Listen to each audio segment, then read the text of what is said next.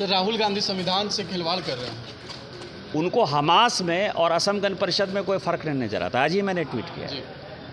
तो जो हमास पूरा दुनिया जिसको आतंकवादी संगठन मानता है, जो आपको पता है कि इजराइल के निरीह बच्चों को मार दिया, आज भी कई एक लोगों को बंधक बनाए हुए है, और वो जब कांग्रेसमैन से, अमेरिका के कांग्रेसमैन से बात करते हैं तो वो कहते हैं कि असम गण परिषद भी ऐसा ही था, हमने उसको शासन दे दिया, जैसे गाजा पट्टी में अभी हमास का शासन हो गया तो ये धीरे धीरे ठीक हो जाएंगे। अरे क्या ठीक होंगे, खाक ठीक होंगे।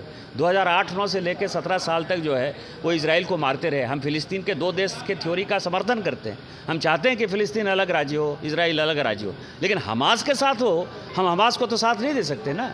तो इसीलिए मुझे लगता है कि वो देशद्रोही है। वो भारत को तोड़ने की जितनी शक्ति है, बिना बेसिर पैर की वो बात करते रहते हैं। और मुझे लगता है कि कांग्रेस की इससे ज़्यादा बैंकरप्सी जीवन में नहीं हो सकती कि कांग्रेस का नेतृत्व ऐसे आदमी के हाथ में है जिसको कि इस देश को तोड़ना है। वो सोरोस के साथ देश को तोड़ेगा, पाकिस्तान के साथ देश को तोड़ेगा, चाइना के साथ देश को तोड़ेगा।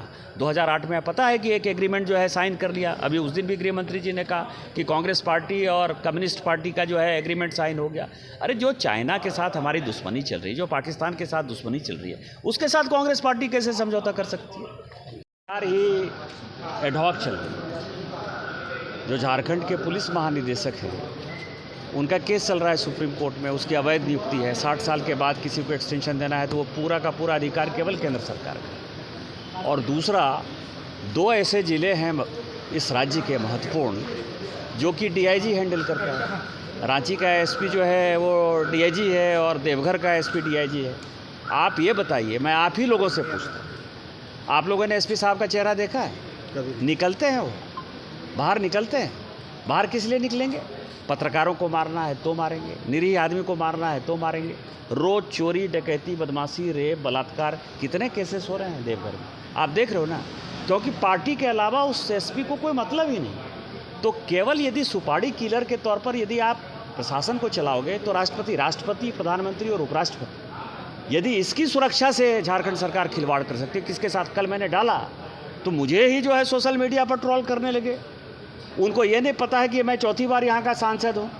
यहाँ जो कुछ भी होगा मेरे से ज़्यादा किसी को जानकारी नहीं होगी। और क्योंकि इसीलिए कि दोनों फ़ोन मेरे लगातार बजते हैं, मैं लोगों से टच में रहता हूँ।